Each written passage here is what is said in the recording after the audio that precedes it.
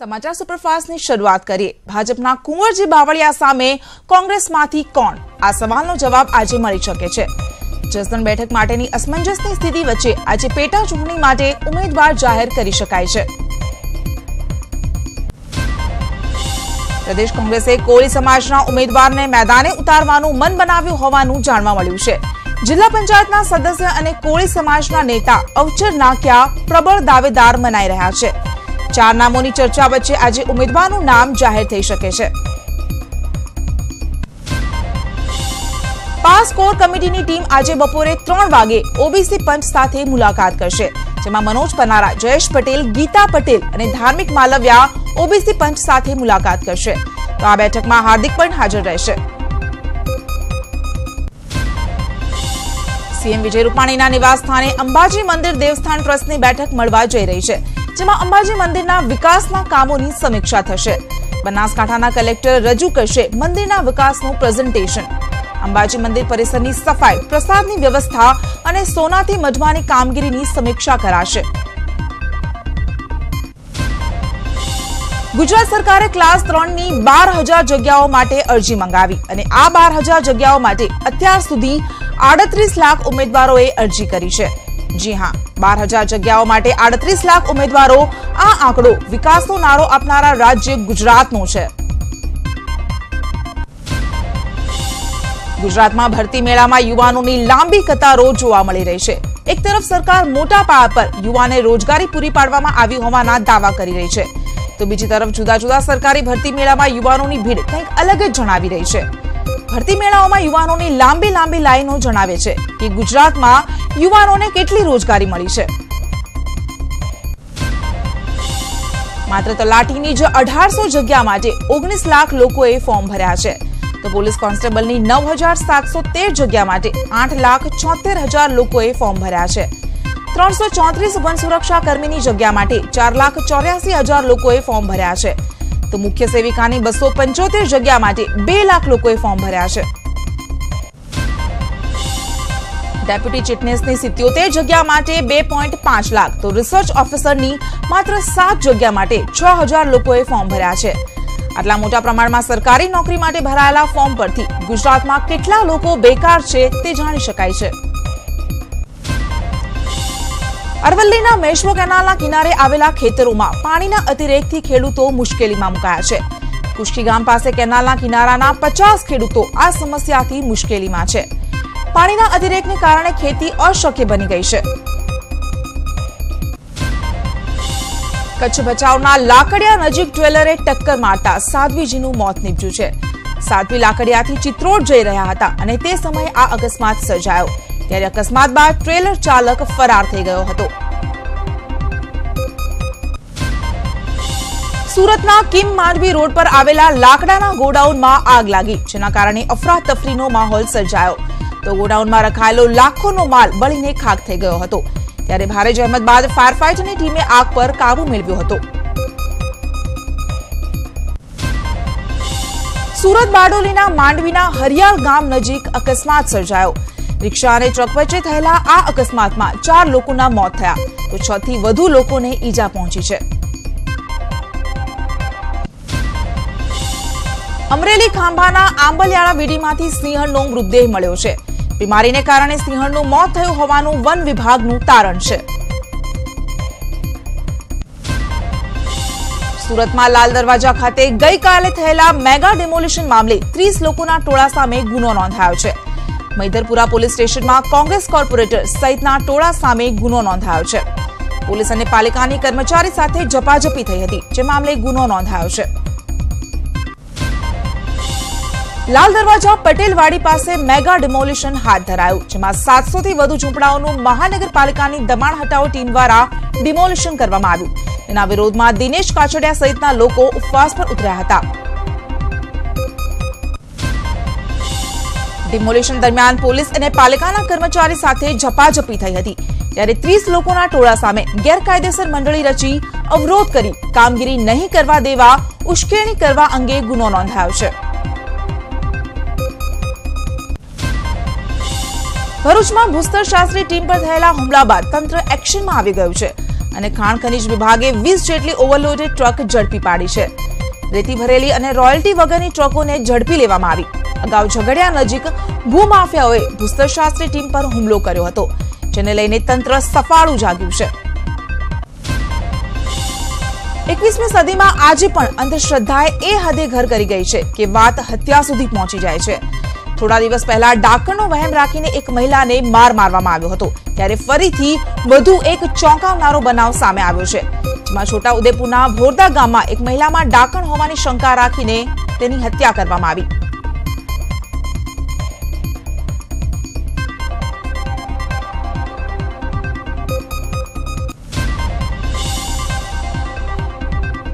વલસાડના પાર્ટીમાં 2 વિદેશી ગઠિયા આઈસીઆઈસીઆઈ બેંકના કેશિયરને ₹1 લાખ ઉપરાંતનો ચૂનો લગાવી ઘાની ઘટના સામે આવી છે.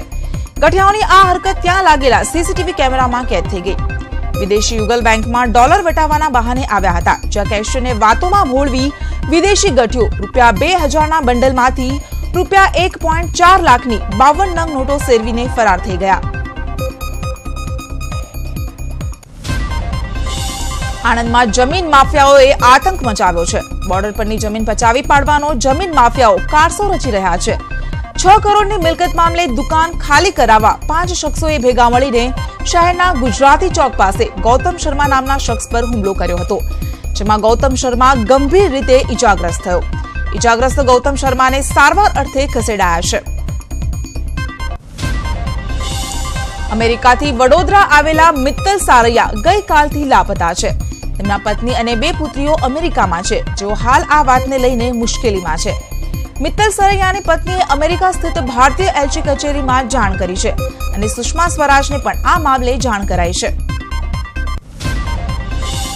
બોગસ તબીબોનો રાફડો જાણે કે ઠેર ઠેર ફાટી નીકળ્યો હોય તેવું લાગી રહ્યું છે. દ્વારકાના વડોદરા ગામેથી વધુ એક બોગસ તબીબ ઝડપાઈ ગયો છે.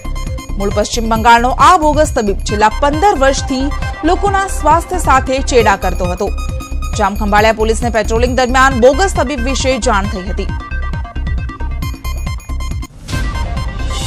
છેલ્લા 15 વર્ષથી અરબિંદા અનિલભાઈ વિશ્વાસ નામનો વ્યક્તિ લોકોની વગર ડિગ્રીએ સારવાર કરતો હતો. આરોપી બોગસ તબીબ પાસેથી સારવારની સાધન સામગ્રી જપ્ત કરવામાં આવી છે. પોલીસે તેની સામે કાર્યવાહી હાથ ધરી છે. સમાચારમાં આગળ વધીએ. હિન્દુત્વના એજન્ડા સાથે ભાજપ માટે રાજસ્થાનમાં ચૂંટણી પ્રચાર કરી રહેલા ઉત્તર પ્રદેશના મુખ્યપ્રધાન યોગી આદિત્યનાથે મત માટે ભગવાનને પણ ન છોડ્યા. અલપારમાં ભાજપના ઉમેદવાર માટે હનુમાનજીના નામે મત માંગવા અપીલ કરતા તેમણે કહ્યું કે બજરંગબલી દલિત, આદિવાસી, વનવાસી અને વંચિત હતા. ચૂંટણીમાં રામ ભક્ત ભાજપને મત આપે અને રાવણ ભક્ત કોંગ્રેસને મત આપે. યોગીના આદિત્યનાથના આ નિવેદનના કારણે પ્રદેશમાં રાજકીય ગરમાવો આવી ગયો છે. કોંગ્રેસ અને રાજકીય પક્ષો યોગીને ઘેરવા લાગ્યા છે, તો બીજી બાજુ સર્વ બ્રાહ્મણ મહાસભાએ હનુમાનજીને જાતિઓમાં વહેંચવા માટેનો આરોપ લગાવી યોગી આદિત્યનાથને કાયદેસરની નોટિસ ફટકારી છે. દેશભરના ખેડૂતો એક વખત ફરી રાજધાની દિલ્હી તરફ કૂચ કરી રહ્યા છે. આખા દેશમાં પદયાત્રા બાદ મોટી સંખ્યામાં ખેડૂતો દિલ્હી પહોંચ્યા છે. આ તમામ ખેડૂતો રામલીલા મેદાનમાં પહોંચ્યા. યોગેન્દ્ર યાદવ આ માર્ચની આગેવાની કરી રહ્યા છે. અખિલ ભારતીય ખેડૂત સંઘર્ષ સમિતિના બેનર હેઠળ ખેડૂતો એકઠા થઈ રહ્યા છે. પૂર્ણ દેવા માફી અને પાક પર 1.5 ગણા વળતરની માંગ કરી રહ્યા છે. ત્યારે દિલ્હી પોલીસ દ્વારા સુરક્ષામાં વધારો કરવામાં આવ્યો છે. હૈદરાબાદમાં સલાર જંગ મ્યુઝિયમ પાસે જાહેરમાં જ આરોપીએ એક વ્યક્તિને ચપ્પુના ઘા ઝીંકીને મોતને ઘાટ ઉતાર્યો. ચોંકાવનારી વાત તો એ છે કે પોલીસની આંખોની સામે જ આ લાઈવ મર્ડર થઈ રહ્યું હતું. અમે તમને હૃદય કંપાવી દેનારા આ ઘટનાના સમગ્ર દ્રશ્યો ન બતાવી શકીએ. હત્યા ઓટો રિક્ષા રેન્ટ પર આપવાના મામલામાં થયેલી બોલાચાલીને લઈને થઈ હતી અને આરોપી પણ નશાના હાલતમાં હોવાનું ખુલ્યું છે. પોલીસે આરોપીને ઝડપી તો લીધો છે, પરંતુ હત્યા થયા બાદ નવાઈની વાત તો એ છે કે પોલીસ હત્યા થઈ ગઈ હોવા છતાં પોલીસ ફોર્સ અને ટ્રાફિક પોલીસની પ્રશંસા કરી રહી છે. દીપિકા પદુકોણ અને રણવીર સિંહના લગ્ન બાદ બીજું રિસેપ્શન મુંબઈમાં યોજાયું. બંને રિસેપ્શનમાં પહોંચ્યા ત્યારે તેઓએ ખાસ પોઝ આપ્યા અને બંને ગોલ્ડન અને વ્હાઇટ કપડામાં સુંદર લાગી રહ્યા હતા. સુશાંત સિંહ રાજપૂત અને સારા અલી ખાન સ્ટારર ફિલ્મ કેદારનાથ 7 ડિસેમ્બરના રોજ રિલીઝ થઈ રહી છે. ફિલ્મના નિર્માતાઓ પર લવ જિહાદને વધારો કરવાનો આરોપ લાગી ચૂક્યો છે. ત્યારે સારાએ જવાબ આપતા જણાવ્યું કે આ ફિલ્મ એવી નથી. કેદારનાથની દુનિયા જેવી મુક્કુની છે તેવી મસૂરની પણ છે. બિગ બોસ અને બાહુબલી ફિલ્મમાં જોવા મળેલી નોરા ફતેહીએ જોન અબ્રાહમ સાથે કરેલી ફિલ્મ સત્યમેવ જયતેના સોંગ દિલબર ખૂબ પ્રચલિત થયું હતું.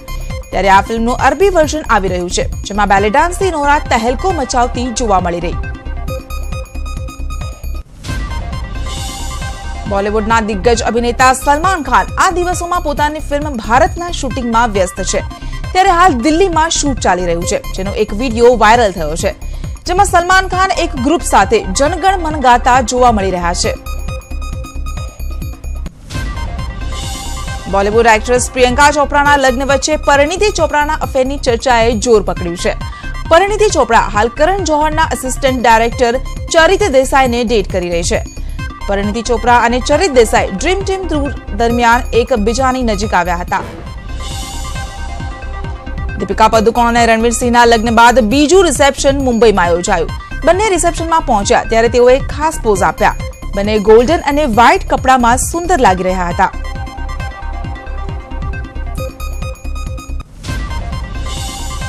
સુશાંત સિંહ રાજપૂત અને સારા અલી ખાન સ્ટારર ફિલ્મ કેદારનાથ 7 ડિસેમ્બરના રોજ રિલીઝ થઈ રહી છે. ફિલ્મના નિર્માતાઓ પર લવ જિહાદને વધારો કરવાનો આરોપ લાગી ચૂક્યો છે. ત્યારે સારાએ જવાબ આપતા જણાવ્યું કે આ ફિલ્મ એવી નથી. કેદારનાથની દુનિયા જેવી મુક્કુની છે તેવી મૈસૂરની પણ છે. બિગ બોસ અને બાહુબલી ફિલ્મમાં જોવા મળેલી નોરા ફતેહીએ જોન અબ્રાહમ સાથે કરેલી ફિલ્મ સત્યમેવ જયતેના સોંગ દિલબર ખૂબ પ્રચલિત થયું હતું. ત્યારે આ ફિલ્મનું અરબી વર્ઝન આવી રહ્યું છે, જેમાં બેલી ડાન્સથી નોરા તહેલકો મચાવતી જોવા મળી રહી છે. બોલિવૂડના દિગ્ગજ અભિનેતા સલમાન ખાન આ દિવસોમાં પોતાની ફિલ્મ ભારતના શૂટિંગમાં વ્યસ્ત છે. ત્યારે હાલ દિલ્હીમાં શૂટ ચાલી રહ્યું છે, જેનો એક વિડીયો વાયરલ થયો છે, જેમાં સલમાન ખાન એક ગ્રુપ સાથે જનગણ મન ગાતા જોવા મળી રહ્યા છે.